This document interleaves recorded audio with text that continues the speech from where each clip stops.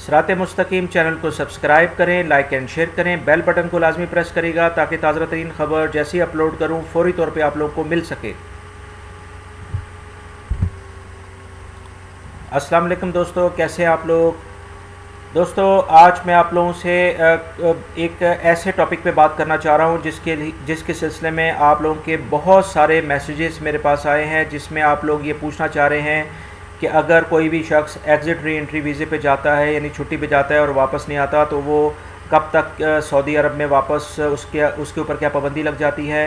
Final exit वीज़े की क्या condition होती है और हरूब के ऊपर क्या सूरत हाल होती है। तो इस सिलसिले में मैं आप लोगों के सारे सवालात की कोशिश करूँगा कि जवाब दूँ और आप मेरी इस वीडियो को पूरा देखिएगा।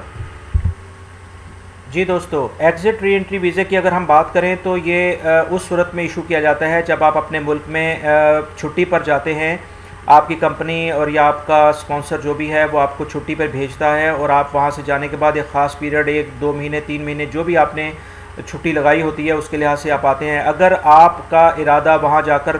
तब्दील हो जाता है और आप नहीं आते हैं तो इसका मतलब ये हुआ कि आप उस एग्रीमेंट, उस माहदे की खिलाफ वर्जी करते हैं जो आपने अपनी कंपनी से या अपने कफ़ील से किया होता है कि आप इस पीरियड में वापस आते हैं। तो इस सूरत हाल में आपकी जो कंपनी है वो आपके ख़िलाफ़ आपके इस मसले के ऊपर 3 साल की पाबंदी लगवा सकती है। जवाज़ात में जाके आपके ख़िलाफ़ कंप्लेन करती है और जो नया रूल 2017 में आया है उसमें वो उनको अकामा भी आपका वापस करना पड़ता है उसमें जाके, क्योंकि अगर वो नहीं करते तो 1000 रियाल उसकी फ़ीस है। तो इस तरह से वहाँ जाकर वो आपके इस वीज़े के अगेंस्ट में आपके ऊपर 3 साल की पाबंदी लगा देते हैं। तो आप किसी भी और वीज़े पर सऊदी अरब में 3 साल तक नहीं आ सकते। अब जो दोस्तों जो अक्सर दूसरा सवाल पूछा जाता है वो रिलेटेड होता है फ़ाइनल एग्ज़िट का यानी खुरूज नहाया का। उस सिलसिले में अक्सर लोग ये कहते हैं कि हम अपनी कंपनी से अपने कफ़ील से बाकायदा फ़ाइनल एग्ज़िट का वीज़ा लेके गए हैं, उसके बावजूद भी हमारा कुछ अक्सर ऐसा होता है कि वीज़ा नहीं लगता। दोस्तों वो कंडीशन ये होती है कि अगर आप अपने कफ़ील के पास से जिस प्रोफेशन पे काम कर रहे थे उसी लिहाज से आप फ़ाइनल एग्ज़िट गए हैं और आप जाने के बाद फौरी तौर पे कुछ ही दिनों में या कुछ ही महीने के अंदर अंदर आप वापस आना चाहते हैं उसी ही प्रोफेशन पे, तो वो आपको नया वीज़ा सेम प्रोफेशन का नहीं देगी सऊदी गवर्नमेंट। उसके लिहाज से आपको पहले वाले कफ़ील के पास से एक लेटर जो कि गुरफ़ा तजारिया होगा और वजारत ख़ारजिया से भी तस्दीक शुदा होगा सऊदी अरब में, उसके ऊपर आप वो लेटर मतलब वो लेके अपनी उस सऊदी एम्बेसी को भिजवाएंगे, ओरिजिनल लेटर वाया मतलब कोरियर सर्विस। तो उसके बाद वो उसको देखकर आपका सेम प्रोफेशन का वीज़ा आपको लगा के देंगे। इसमें ये एक अलग कंडीशन है कि अगर आप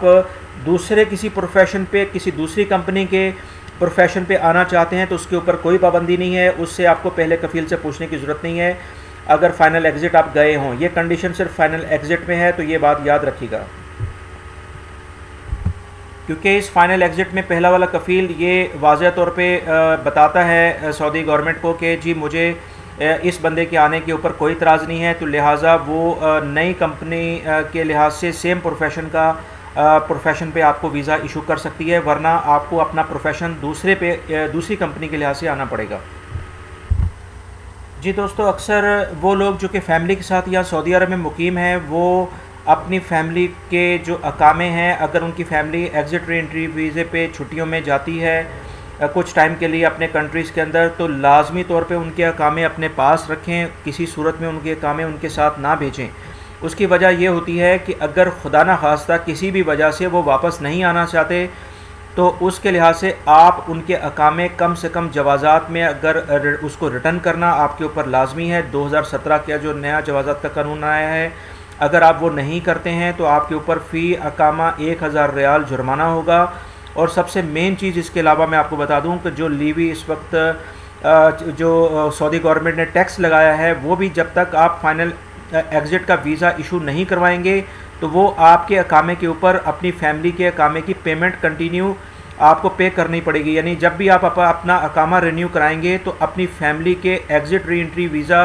पे जाने के बावजूद, उनका वहाँ पर एक्सपायरी वीज़ा होने के बावजूद और उनके वापस ना आने की वजह से आपको वो अमाउंट अपने अकामे पर रिन्यू करते वक्त जो भी 100 रियाल है अभी या उसके बाद 200 रियाल होगी वो देना पड़ेगी, नहीं तो आपका अपना अकामा रिन्यू नहीं होगा।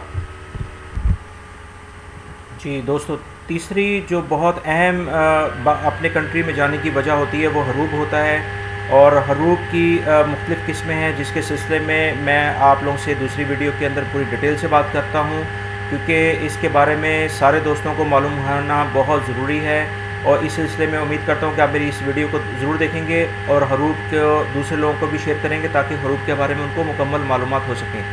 तो मेरी इस चैनल को सिरात मुस्तकीम को सब्सक्राइब करें, लाइक एंड शेयर करें, बेल बटन को लाजमी प्रेस करेगा। और मुझे फेसबुक और ट्विटर पे भी आप फॉलो कर सकते हैं, जिसका लिंक डिस्क्रिप्शन में मौजूद है। वीडियो देखने का बहुत बहुत शुक्रिया। अस्सलाम वालेकुम।